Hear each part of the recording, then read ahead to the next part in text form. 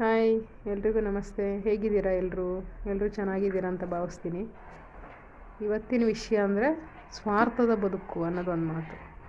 ಸ್ವಾರ್ಥದ ಬದುಕು ಅಂದರೆ ಪ್ರಪಂಚ ಹೆಂಗಿದೆ ಅಂದರೆ ಇವಾಗ ಎಲ್ಲ ಸ್ವಾರ್ಥಿಗಳು. ಇವಾಗ ಇನ್ನೊಬ್ರ ಕಷ್ಟ ಅರ್ಥ ಮಾಡ್ಕೊಳ್ಳಲ್ಲ, ಆ ಥರ ಪರಿಸ್ಥಿತಿ ಬಂದು ನಿಂತಿದೆ. ಏನು ಗೊತ್ತಾ, ಬಟ್ ಯಾವುದೇ ಒಂದು ಮನುಷ್ಯ ತನಗೆ ಅವಶ್ಯಕತೆ ಇದೆ ಅಂದಾಗ ಇನ್ನೊಬ್ರ ಕಡೆಯಿಂದ ಸಹಾಯ ಬೇಡ್ತಾನೆ. ಸಹಾಯ ಆಗಲಿ ಯಾವುದೋ ಒಂದು ಕೇಳ್ತಾನೆ. ಅದಕ್ಕೋಸ್ಕರ ಆ ಮನುಷ್ಯ ಆ ಪ್ಲೇಸಲ್ಲಿ ಇರೋ ಮನುಷ್ಯ ಅದಕ್ಕೆ ವ್ಯಾಲ್ಯೂಯಬಲ್ ಇದ್ದಾನೆ ಅಂಥೇಳಿ ನಾವು ಕೇಳಿರ್ತೀವಿ. ಅದಕ್ಕೆ ಅವನು ಸಹಕಾರ ಕೊಟ್ಟರು ಮಾತ್ರ ಅಂಥ ಕಡೆ ನಾವು ಇರೋಣ ಅನಿಸುತ್ತೆ. ಇಲ್ಲಾಂದ್ರೆ ಮನಸ್ಸಿಗೆ ನೆಮ್ಮದಿ ಅನಿಸುತ್ತೆ. ಇಲ್ಲಾಂದ್ರೆ ಅದೊಂಥರ ಹಿಂಸೆ ಅನಿಸುತ್ತೆ. ನರ್ಕದ ಜೊತೆ ಒದ್ದಾಡೋದಿತ್ತಲ್ಲ, ಭಾರಿ ಕಷ್ಟ.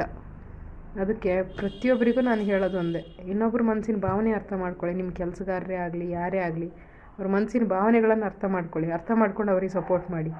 ಏನೇ ಆಗಲಿ ಯಾವತ್ತೂ ಪ್ರತಿಯೊಬ್ಬರಿಗೆ ನಾನು ಹೇಳೋದು ಒಂದೇ, ಪ್ರತಿಯೊಬ್ಬರಿಗೂ ಮನಸ್ಸಿನ ಭಾವನೆ ಅರ್ಥ ಮಾಡಿಕೊಂಡು ಸಪೋರ್ಟ್ ಮಾಡಿ. ಈಗ ಬಡತನ ಶ್ರೀಮಂತ ಬಡವ ಅನ್ನೋ ಭೇದ ಭಾವ ಮನಸ್ಸಲ್ಲಿ ಇಟ್ಕೊಳ್ಬೇಡಿ. ಯಾರು ಎಲ್ಲರೂ ಮನುಷ್ಯರೇ ಅಲ್ವಾ. ಕೋಟಿ ಇರೋನು ತಿನ್ನೋದು ಅನ್ನನೇ ಅಲ್ವಾ. ಅವನೇನು ಚಿನ್ನ ತಿಂತಾನ? ಏನಿಲ್ಲ. ಕೋಟಿ ಇದ್ದವನು ಏನು ತಿಂತಾನೆ? ಅವ್ನು ತಿನ್ನೋದು ರೈಸೇ, ಅನ್ನನೇ ತಿನ್ನೋದು, ಮುದ್ದೆನೇ ತಿನ್ನೋದು. ಅವನಿಗೆ ಗೋಲ್ಡಿಂದ ಏನಾದ್ರು ಉಂಡೆ ಮಾಡ್ಕೊಂಡು ತಿಂತಾನೆ? ಅವ್ನು ರಾಯಲ್ಲಾಗಿ ಬದುಕ್ಬೋದು ಅಷ್ಟೇ. ರಾಯಲ್ ಅದು ಹೆಂಗೆ? ಅವ್ನು ಹಾಕೋ ಬಟ್ಟೆ, ಅವನ ಜೊತೆಲಿರೋ ಫ್ರೆಂಡ್ಸು, ಆ ಥರದ್ದೆಲ್ಲ ಒಂದು ರಾಯಲ್ ಇರ್ಬೋದು. ಬಿಟ್ಟರೆ ಅವ್ನು ಏನು ತಿನ್ನೋದು ಅನ್ನನೇ. ಇಲ್ಲ ನಾವು ರೈಸ್ ತಿಂದರೆ ಅವ್ನು ಡ್ರೈ ಫ್ರೂಟ್ಸಲ್ಲೇ ಗಂಜಿ ಮಾಡ್ಕೊಂಡು ತಿನ್ಬೋದು, ಇಲ್ಲ ಗಂಜಿ ಮಾಡ್ಕೊಂಡು ಕುಡಿಬೋದು ಅಷ್ಟೇ.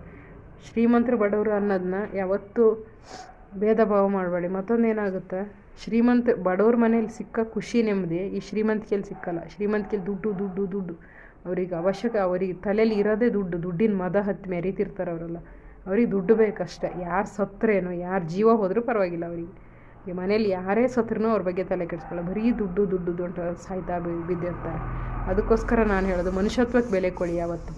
ಪ್ರತಿಯೊಬ್ಬರು ಕಷ್ಟನೂ ಅರ್ಥ. ಪ್ರತಿಯೊಬ್ಬರು ಅಂದರೆ ಇಡೀ ಪ್ರಪಂಚದ್ದೇ ಅಂತ ಹೇಳ್ತಾ ಇಲ್ಲ ನಾನು. ನಿಮ್ಮ ಸರೌಂಡಿಂಗ್ ಯಾರಿದ್ದಾರೆ, ಅವ್ರ ಅವಶ್ಯಕತೆ ಏನಿರುತ್ತೆ, ಅವಶ್ಯಕತೆಗೆ ಏನೇನು ತಕ್ಕಂತೆ ಅವ್ರು ಕೇಳ್ತಾರೆ, ಹಣ ಆಗಲಿ ಸೌಕರ್ಯ ಆಗಲಿ ಏನು ಕೇಳ್ತಾರೆ ಅದನ್ನು ಸಪೋರ್ಟ್ ಮಾಡಿ. ಸಪೋರ್ಟ್ ಮಾಡಲಿಲ್ಲ ಅಂದರೆ ಭೂಮಿ ಮೇಲೆ ನೀವಿದ್ದು ಏನು ಪ್ರಯೋಜನ? ಆ ಪ್ಲೇಸಿಗೆ ವ್ಯಾಲ್ಯೂ ಇರಲ್ಲ. ಭೂಮಿ ಮೇಲೆ ಏನಕ್ಕೆ ಬದುಕಬೇಕಲ್ವಾ? ಇನ್ನೊಬ್ಬರಿಗೆ ನಾವು ಸಹಾಯ ರೂಪದಲ್ಲಿ, ದುಡ್ಡಿನ ರೂಪದಲ್ಲಲ್ಲ, ಬೇರೆ ರೂಪದಲ್ಲಿ ಯಾವುದಾದ್ರು ಒಂದು ಸಹಾಯ ಮಾಡಲಿಲ್ಲ ಅಂದಮೇಲೆ ಬದುಕಿದ್ದು ಏನು ಪ್ರಯೋಜನ ಅಲ್ಲ.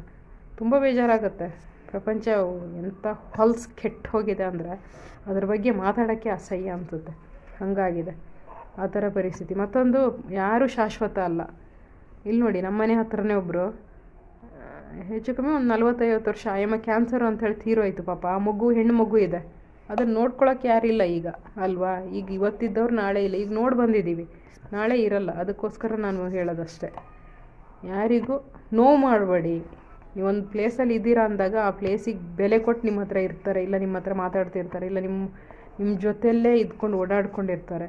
ಯಾವತ್ತೂ ಅವ್ರಿಗೆ ನೋವು ಮಾಡಬೇಡಿ ಅಂತ ನಾನು ಕೇಳ್ಕೊಳ್ತೀನಿ ಅಷ್ಟೆ. ಸಹಾಯ ಮಾಡೋ ಮನಸ್ಸಿತ್ತು ಅಂದ್ರೆ ಮಾಡಿ, ಇಲ್ಲ ಅಂದರೆ ಬಿಟ್ಟಾಕಿ ಅಷ್ಟೇ. ನಿಮ್ಮ ಕರ್ಮ, ಅದೇನು ಮಾಡಲಿಕ್ಕಾಗಲ್ಲ.